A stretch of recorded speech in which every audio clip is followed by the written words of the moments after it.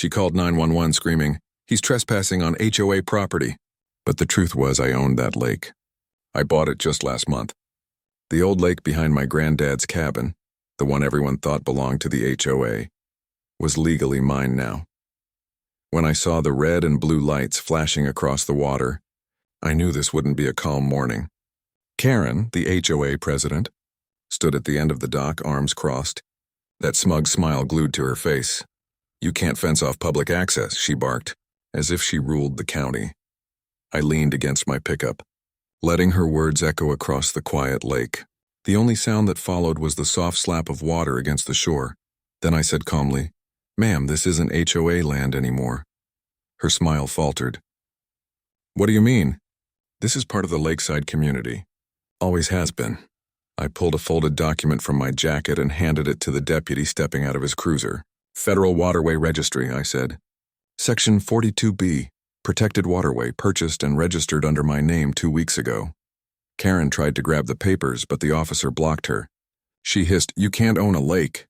That's illegal," I smiled. "You're right. You can't own the water, but you can own the land around it. And under federal law, anyone interfering with a registered waterway commits a federal offense." Her face went pale, just for a second. Then she snapped back, "Arrest him. He's blocking community property." The deputy hesitated, unsure who to believe. That was fine. I had what she didn't, proof and patience. Then Karen made her mistake. She pointed at my boat tied to the dock. "He's got cameras on that thing. He's spying on the neighborhood." That's when I knew she had no idea what she was dealing with. Those weren't security cameras, they were part of my federal inspection equipment for environmental monitoring. I met her eyes. "Karen, you might want to stop talking before you get yourself into real trouble." She let out that fake laugh people use when they think they've already won. "Oh, please, what are you going to do? Call your lawyer?" I didn't answer. I just opened the back of my truck. Inside was a marked inspection case with the emblem shining in the sun. U.S. Department of Waterways and Environmental Safety. Her grin vanished. The officer's eyes widened. "Sir, you're with the department." I nodded. "Field consultant. I just didn't expect to need my credentials on my own property." Karen stepped back, her confidence cracking. "This isn't over," she stammered. I closed the case slowly. "You're right. It's just getting started." The next morning, orange cones blocked my driveway and a new HOA violation notice was taped to my gate.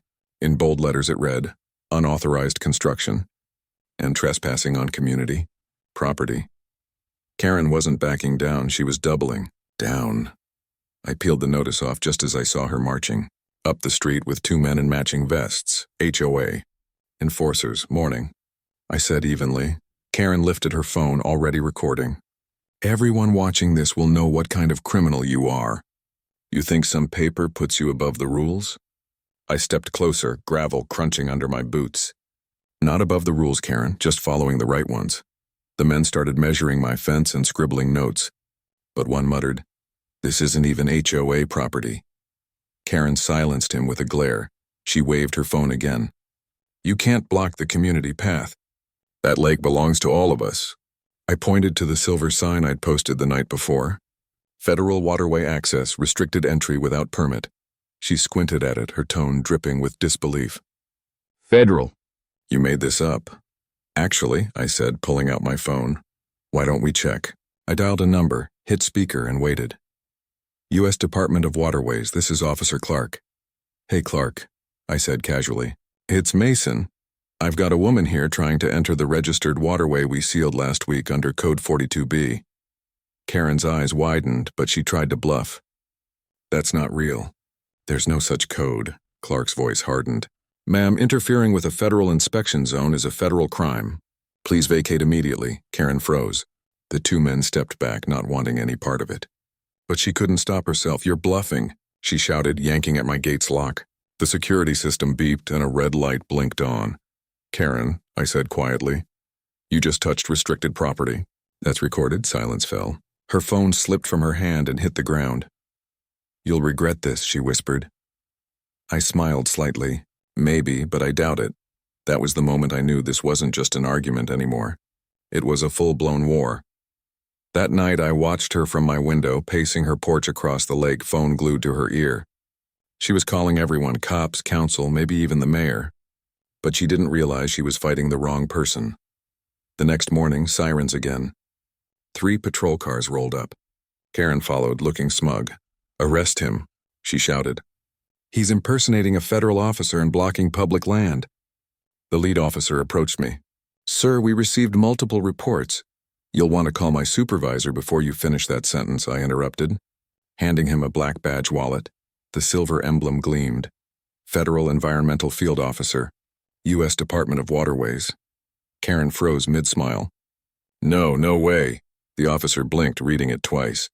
"You're federal?" I nodded. "And she's been interfering with an active inspection zone. I have footage of her trespassing and damaging federal locks." One officer muttered to another, "She's in serious trouble." Karen's face turned crimson. "This is insane. I'm the HOA president. You can't—" "Ma'am, step back," the officer ordered. She didn't. She lunged toward me, trying to grab the badge, but 2 officers restrained her as she screamed, "You can't arrest me. This is my neighborhood!" I stayed silent while they read her rights. Her voice broke. "You set me up." I finally spoke, calm and clear. "No, Karen. You set yourself up when you tried to control what you didn't own." They led her to the cruiser, heels scraping against the dirt. For a second, I almost felt sorry for her, but only for a second. Later that afternoon, Clark called. "Good work, Mason. Local authorities confirmed everything. She's facing federal charges for trespassing and impersonating an officer." I looked out at the lake, sunlight dancing on the calm water. The cones, the fake notices, the shouting, all gone. Just peace. "You know," I said with a quiet laugh, "all I wanted was to restore my granddad's lake. Didn't think I'd need federal codes to do it." Clark chuckled. "Welcome to small-town America, my friend." As I hung up, a few neighbors stood across the road watching. One older man raised a hand. "Guess you showed her who really owns the lake," I smiled. "Not me," I said softly. "Just the law." The camera light on my gate blinked once. The water lay still, calm, free. "I didn't serve this country just to be told I can't enjoy my own land," I murmured. And for the first time in weeks, the lake was finally mine, by right, by law, and by justice. The end.